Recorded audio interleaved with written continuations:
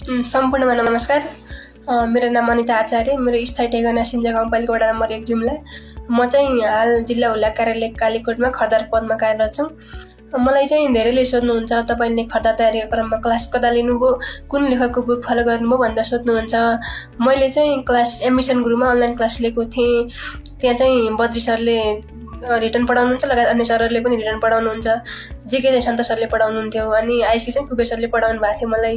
अनि मैले चाहिँ त्यहीँ पढेको थिएँ। त्यहाँ चाहिँ मेन लोकसेवामा मुख्य भूमिका भनेको चाहिँ रिटर्नको हुन्छ, लिखित पत्रको हुन्छ, जुन चाहिँ 200 मार्कको हुन्छ। त्यहाँ चाहिँ मैले एउटा फर्मेट फलो गर्थेँ, जुन फर्मेट अहिले एकदमै प्रख्यात पनि छ, बद्री सरको TOBC फर्मेट। त्यही फर्मेट फलो गर्थेँ अनि त्यही आधारमा चाहिँ लेखेको थिएँ मैले इक्जाममा पनि। अनि कुन राइटरको बुक पढ्ने भन्ने कुरामा मैले चाहिँ आफूले 1-2टा बुकहरू अरू पनि राख्थेँ, तर एम्बिसनकै नोटहरू फलो गर्थेँ। त्यहाँ नोटहरू थियो, त्यही नोटका आधारमा मैले आफ्नो छुट्टै अब स्पेसिफिक नोट बनाउँथेँ, त्यही नोटले चाहिँ पढ्ने गर्थेँ मैले।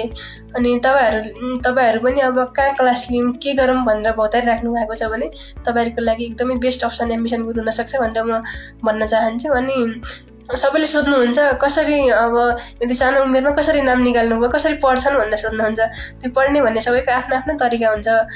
त्यो सबभन्दा पहिला आफूमा चाहिँ एक किसिमको गहिरो आत्मविश्वास, त्यही किसिमको मेहनत चाहिँ हुनुपर्ने हुन्छ।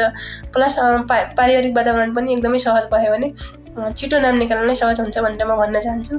र जुन तयारीका क्रममा हुनुहुन्छ, जो हुनुहुन्छ अहिले, तपाईहरू सबैलाई एकदमै धेरैभन्दा धेरै शुभकामना र निजामती सेवामा एकदमै धेरै स्वागत छ। आउनुहोस्, आफ्नो ज्ञान क्षमताले आफ्नै देशमा लगानी गर्नुहोस्, आफ्नो क्षमता यहीँ दर्शाउनुहोस्, यहीँ राष्ट्र सेवा गर्नुहोस्, अब्बल भन्नुहोस् भन्न चाहन्छु। धन्यवाद।